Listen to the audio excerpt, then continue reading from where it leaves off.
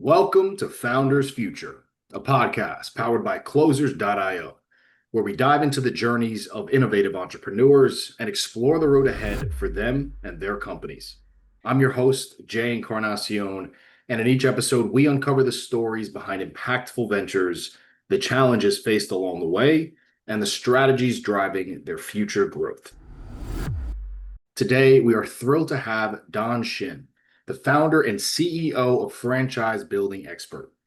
Don brings a fascinating mix of expertise in franchising, global business management, and faith-based leadership. Over 25 years of experience in the franchise industry, generating award-winning results as a franchisee, franchisor, and broker, and a passion for helping franchise leaders build reasonably and with integrity. Based in Camp Hill, Pennsylvania, Franchise Building Expert is revolutionizing how franchisers scale their brands, attract more franchisees, and achieve sustainable growth. We'll be exploring his founding story, how his business empowers clients in the franchising space, and his vision for scaling this impact-driven venture. So with that being said, let's dive right into it. Don, welcome to Founders Future. Thanks. Thanks for having me. Absolutely, Don. An absolute pleasure. I mean, such an incredible background that you have. So looking forward to the conversation today with you, Don. If you could start at the beginning for us, what specific problem in the franchising landscape really inspires you to start Franchise Building Expert?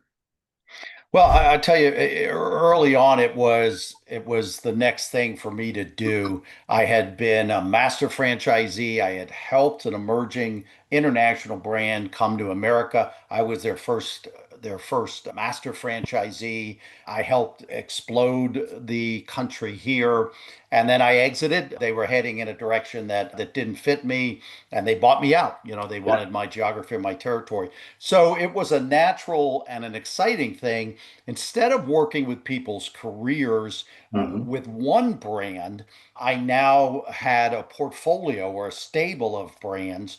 And it really opened up things for me to say, wow, so many people I had to tell, boy, you don't really fit this brand. But Right. now I could say, wow, I will find a fit for you. Now, having been doing franchise development, helping basically a career coach, helping people through the thought process of becoming a business owner for that single brand. What I learned is that the franchise brokering space, the franchise broker industry, which is quite big in the franchise industry, what I realized was that the range of professionalism and skill set and training in that space was all over the place. There were people that were fantastic at it, highly successful, making great money, and impacting people's lives by getting them into the right businesses. But then there were other people that candidly, I'd get an email, here's a name, here's a phone number, call them, Right. And so I just realized that people were not being served well as a whole. And I realized that the franchising industry, part of them sometimes getting black eyes, Right. was rightfully so because of the way the transactions were happening. And so I set out in those early stages to personally do it differently, to personally do it well. And then I started to realize that people would come to me and want to know, how am I doing it and what do I do differently? So I started to build training courses, and I started to do coaching of some of these people so that I could more greatly influence the franchise industry and end result business owners in local communities. So that's how it got started and transpired from just me doing it to me wanting to dramatically impact the industry. I love it. I absolutely love it. So, Don, I would love to get into the nuts and bolts of what you're doing today with Franchise Building Expert, especially for our listeners who, once they're listening to this episode, could very well want to come and work with you in the services that you're providing. So, sounds like now you're doing more franchise training and coaching. So, walk us through a bit more of what the core offer is for you today, how you're generating revenue, how your offer is structured for your clients, and who is the ideal client that you work with on your core offer. So three Yeah, part question for you there, that's a Don. great question. I started to realize a couple of things that people in this in the franchise space, believe it or not, some of them start franchise, they start a concept, turn it into a franchise, really don't have a lot of money. Also realize that there are real gaps in the franchisees. They can actually get a few people up and running, and there's gaps. So what we try to do is we try to have a price point for everyone's budget and a service offering, either online video courses or us delivering it live, but a service level offering that fits the different skill sets. Somebody who owns a window washing franchise may or and does and developed a window washing business, turned it into a franchise. They're great at the window washing, but they know nothing about franchising. And so Right. consequently, we've tried to have price points and different offerings for different skill sets. Anything from the really new person, not a whole lot of money in franchising, all the way up to more serious brands, well funded, private equity money there, and we can actually go in and be fractional franchise development department for them. So we've really got that full offering, and that's how we make money, the different revenue streams. We also last year started to get into training for the franchisee. What we Mm. realized is that some franchisors, the mothership, they stall, or their growth really starts to plateau, and it's nothing to do with the brand. The brand's wonderful. It's nothing to do with the franchise development people. It's to do with the other side of the business. The franchisees are not doing well enough, and they don't validate really, really well. And we've identified 6 areas that franchisees classically come to the transaction with these 6 gaps. So we Mm. now have developed a program to fill these gaps, primarily for new franchisees, or what I would call underperforming, slightly below average performance in their franchise system. We can really impact the results that they're getting if we work with them in these 6 areas. So I that's love it. So I mean, the revenue streams that we do.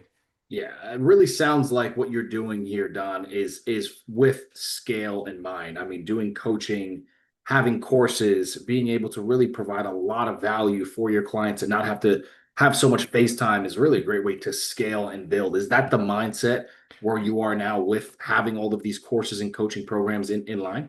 Yeah, absolutely is. Plus, we've scaled. A lot of people say, well, you can't scale, coaching services. You can't Right. scale consulting services, or it's very difficult. I have a team. There's 4 of us together. We Yep. have collectively about 100 years of experience in business ownership, franchise ownership, and franchise development skill sets. So I have now a team of people around me. So it's not all about me. I'm actually personally building an asset. I'm building a training and consulting company and brand that, someday, hopefully somebody wants it, or it blends into a larger company at some point in the time when I'm ready to kind of move to the sidelines. Sip some pina coladas on the beach. I There love you it. go. There you Love it. go. So with that, Don, I mean, with that team, are you the one that handles all of the sales? Are they helping more with the fulfillment side? What does that team look like as far as who's handling the sales and the marketing side of things? Yeah, that's a great question. What I have tried to do, because they're all high performance sales people. So Right. the model is blended that my company will generate sale leads that will be fed to my franchise development people, or my sales people. They also go out and will do prospecting, will generate leads for the company. And so this year was our real transition year in 2 ways: to get me out of sales and to get me out of fulfillment. I won't totally be out of the sale process, but I'm doing very, very little parts of the front end, the top of the funnel. Mine is mostly come in, be the closer, and in some cases I'm the rainmaker. But generally speaking, I've gotten I'd say down to half or even a third of my the time I used to put into sales. It's Yeah, down about half or a third of it.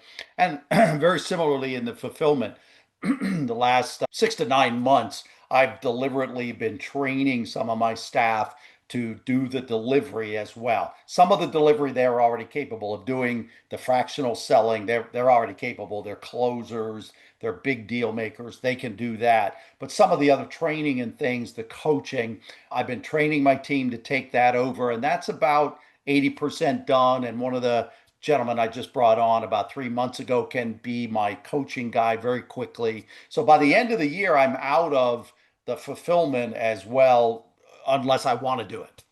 absolutely. So the goal really is to just have this machine running with you just at the very top, delegating and being really in that founder role. Correct. Yep. I love that. So talk us through a bit more of the acquisition side, Don. What do you see right now today working best for new clients to come in, feeding more into the courses, the coaching? What channels have been most effective, and what challenges are you facing when having a predictable lead generation system coming in? Yeah, I'll answer those in reverse. Just make sure I don't forget to answer the first part. Yeah. But in reverse, the challenge has been we do too many things, and so we've been working on targeting what target client do we want, what revenue stream do we want to offer, and we're trying to just really clarify our offers because like I said, we do a lot of things, and we found in the last 3 or 4 months it's just we think our offers have gotten a bit confusing. So we're Right. trying to simplify that and clarify that. As far as lead generation is concerned, we the franchise industry for years has been about volume, and then you try to get a hold of people, and then you try to drag them through a sales Yeah. process. And what we've decided to do, and I think the industry is shifting a bit, what we're trying to do is educate and qualify through our CRMs. So we're putting together funnels, which are lead generating funnels, but we're having a high number of touches before one of my high performing, high paid closers actually gets to the person live. It's very counter what the industry has classically done, but the industry is also seeing, double the number of leads they need in order to get a sale nowadays through the old ways. So Mhm. we're trying to educate and qualify. We're going for quality leads as opposed to volume leads. Yes. And I think that's the biggest piece there, right? Is really bringing in as much quality as possible on that end so you can get them through the entire life cycle. So as far as that goes, Don, what are you thinking about as some bottlenecks right now that you are for going through, whether it is more consistency and predictability on the lead gen side or really getting through on the sales side and getting more of a process there? What are you thinking about on the bottleneck front? Yeah, the bottleneck has just been getting in a rhythm with our marketing. One of my guys, two of my guys are my sales and development and training fulfillment people, and the third guy is our marketing team member. And we've just I'd say that if there is a bottleneck, it's just been working through getting in a rhythm and cleaning up. We had some old funnels and things when we changed platforms, cleaning up our old way of thinking about the funnels in a CRM and rolling it into the new platform that we use. So that's just been the challenge. It's been cleaning up the funnels. It's been getting in a rhythm so that the sales guys know, oh, okay, it's this funnel or it's that funnel, it's this revenue stream or that revenue stream, Yeah. and then they actually know, hey, it's there. There's a live one once called. So Yeah. that rhythm and that timing has been the challenge. I think we're close to having it solved, but if there's been a challenge or bottleneck, that's what it's been, Jay. I love it. I love it. So, I mean, if there was something bigger that you could think about where you had to identify one thing that if you solved it today would make the biggest impact on franchise building experts growth, what would that be? Maybe expanding the client base, streamlining the service delivery. What do you think that would be? Yeah, I think it probably goes back to that where we offer so many things. Right. I think it's Niche back again. to that one. If we can lock in, I mean, we know what, for example, our fractional sales clients, we can handle 5 or 6 of those. Just here in the last 2 weeks, we have contracts out for two to add 2 people or 2 companies to that. If we could get that offering cleaner and clearer, that's got the biggest impact because that those each single account is 6 figures to us over the course of a year. We run 6 of those, and we're certainly pushing toward our $1 million revenue for the year kind of thing. So that's probably the biggest single one if I had to nail something down. So really, really just trying to reframe the offer, get the messaging down to really be able to hit your niche market as effectively as possible. So with that in mind, talk to us a bit about the picture for the rest of the year here, Don. What is the laser focus for you to achieve these goals, break through the bottlenecks, and achieve that scale that you're looking for? Yeah, the biggest thing is because I believe that I've learned years ago there was a cycle of business where the owner takes care of the team takes care of the client, and the client ultimately, creates the revenue which takes care of the owner. So my focus has been on the team right now, and I just want to be sure they're in place so that by the end of the year, I'm transitioning not out of the business, but I don't have to be there every day. So, because next year, what I want to start doing is actually creating a personal brand, writing more books, that kind of thing, doing more speaking. So, I want to get out of the day to day. I want it to run successfully without me and be $1 million coaching or consulting training business going into the new year. So, the rest of this year is focusing on the team, not losing sight of the cash flow, to keep the lights on, but getting the team up to speed to where I can, I might be working on the business 20% of my time, and I can spend the rest of my time wherever I want to spend it. Absolutely. Absolutely. So, I mean, Don, you've been in the space for quite some time now and have seen so much. So, how do you personally see now the franchising industry evolving in the coming years, especially with your integrity focused approach? What are you doing to really keep Franchise Building Expert at the forefront of that evolution? Yeah, I am get having, it's a funny thing. Maybe a lot of founders are like this, but sometimes someone like you just did a really great introduction of me, and I look around and go, who's Jay talking about? So I need to step in. I see me stepping into a much more influential role across the industry. Yeah. I also see us, and this is something that's been gelling just in the last few weeks, see us taking care of the little guy. And what I mean by that is, and people don't realize this, but 92%, 93% of franchise brands have less than 100 units open. So, in other words, we think of franchising and we think of, 6,000 Subways and, 2,500 McDonald's. That's not really franchising. And yet, interestingly, we have really a single industry organization called the International Franchise Association, and they do great stuff, but Mm. they're wildly expensive and it's for the big guys, and they're not interested in consultants, they're interested in franchisors, and they really don't do much for franchisees unless it's multi-units, a company or a person like Shaq O'Neal who owns Yeah. 150 Papa Johns. So I just see them as the big guys, and priced, they have good training, really good training and certifications, but it's expensive and it takes time. I see us becoming the champion of the little guy, priced affordably for people who want to break in, and priced affordably for those brands who want to get to 100 and want to break through the 100 barrier. And so I honestly think that's where we're going to play and be wildly successful and change lives along the way. I love it. I love that. So, with that, I want to take us into the lightning round here, Don. I just have two more questions for you before we wrap it up. And the first one's going to be on a tool or resource side, whether it's a faith based insight or sales strategy from your past, an AI tool that you're using. What can you say has been the biggest game changer for franchise building expert this far?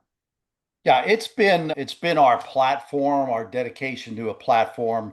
We're using Go High Level. I mean, there's Kajabi, there's other ones out there. We settled in on Go High Level.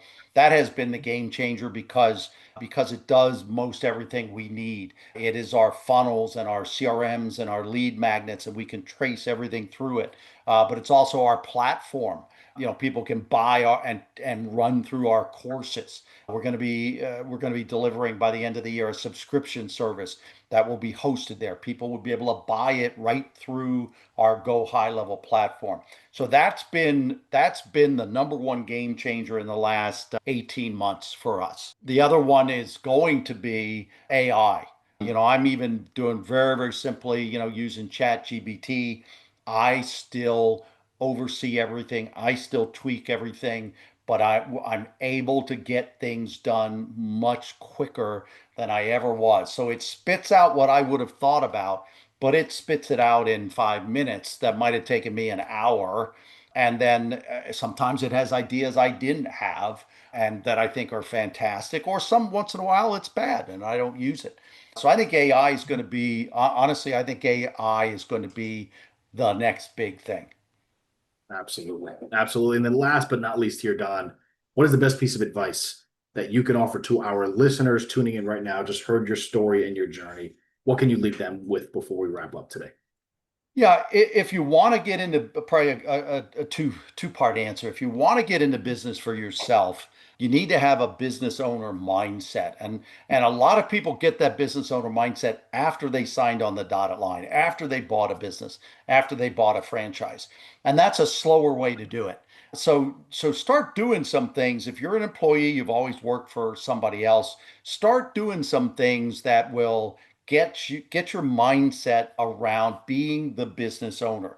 What does that look like? What does a day in the life of a business owner look like? So start to or work with an advisor. My guys, my company will help you get your mind around being the business owner before you ever buy a business. And then I think the second thing is the best business owners, Jay, I've ever seen, they know their numbers. When you know your numbers, when you measure something, you can improve it. You can scale it. If you don't know your numbers, it's like Dunkin' Donuts years ago had this commercial. It was a no offense to short people. I'm not that tall myself. Had this short guy, overweight. The clock on the wall said 2 a.m. and he would go in, trudge in. I'm baking the donuts. I'm baking the donuts. That's what many business owners do. They just go in and they do their business. You can't scale just baking the donuts. You need to know your numbers. You need to measure things so you can make improvements. So that'd be the other thing. If you go into business or you own business right now, start to know your numbers. I love it. Well, with that right there, that is going to wrap up another inspiring episode of Founders Future. And Don, just can't thank you enough for coming on the show, sharing your incredible journey and your insights with us today. And clear as day, I mean, you've done so much, and it was truly an honor and a pleasure to have you on the show. And to our listeners, if you enjoyed this episode, don't forget to subscribe to Founders Future wherever you listen to your favorite podcasts. And also check out Franchise Building Expert at franchisebuildingexpert.com for their free franchise development masterclass. And follow Don on LinkedIn at linkedin.com/in/Don Schin. And for more resources and insights, you can visit us here at closers.io, where we are dedicated to helping businesses accelerate their growth. Until then, keep climbing, and we will see you on the next one.